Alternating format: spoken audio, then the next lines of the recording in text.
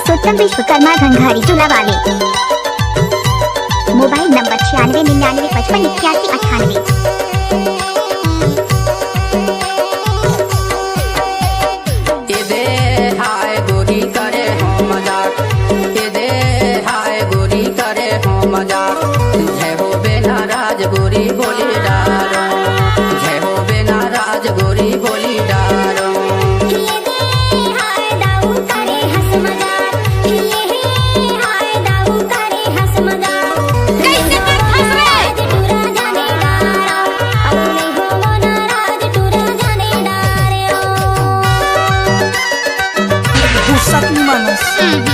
गाड़ी भर मत देबे भाई। हे भगवान नहीं देव कहा तो समझ। Mix by DJ Parsottam Vishwakarma Ghanghari चूल्हा वाले।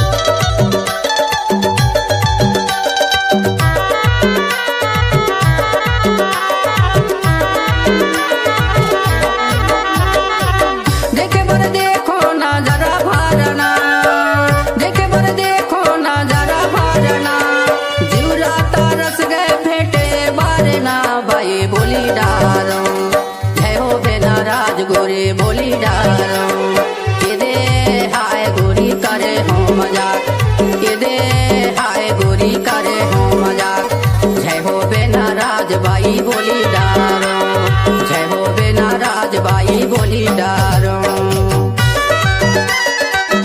चैनल का नाम परसोत्तम रीमिक्स।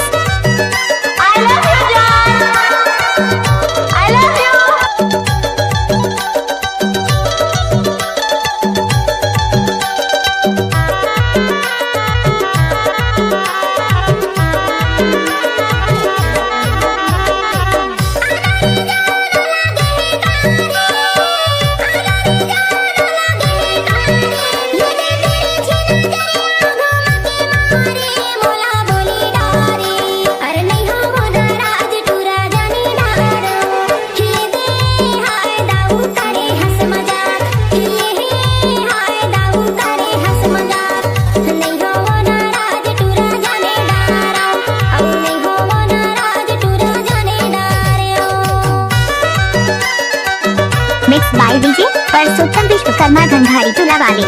ले 1 रुपया में ढकेल के ले।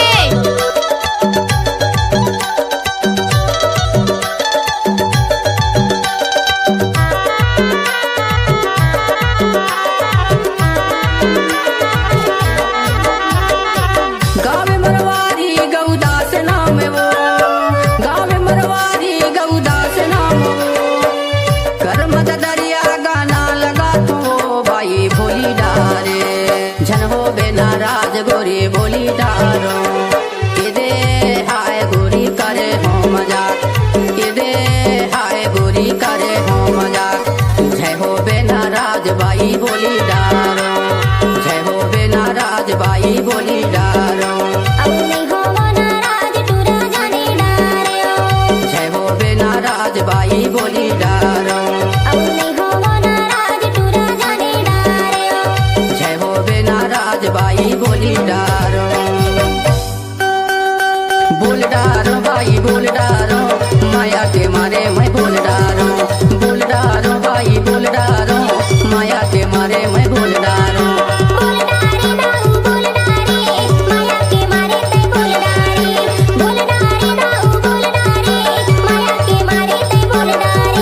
माया के मारे मैं बोल डारो माया के मारे मैं बोल डारो बोल डारो बाई बोल डारो माया के मारे मैं बोल डारो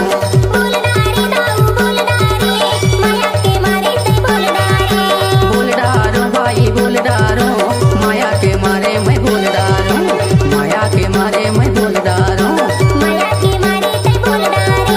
माया के मारे mix by DJ Parsottam Vishwakarma Ghanghari चूल्हा वाले।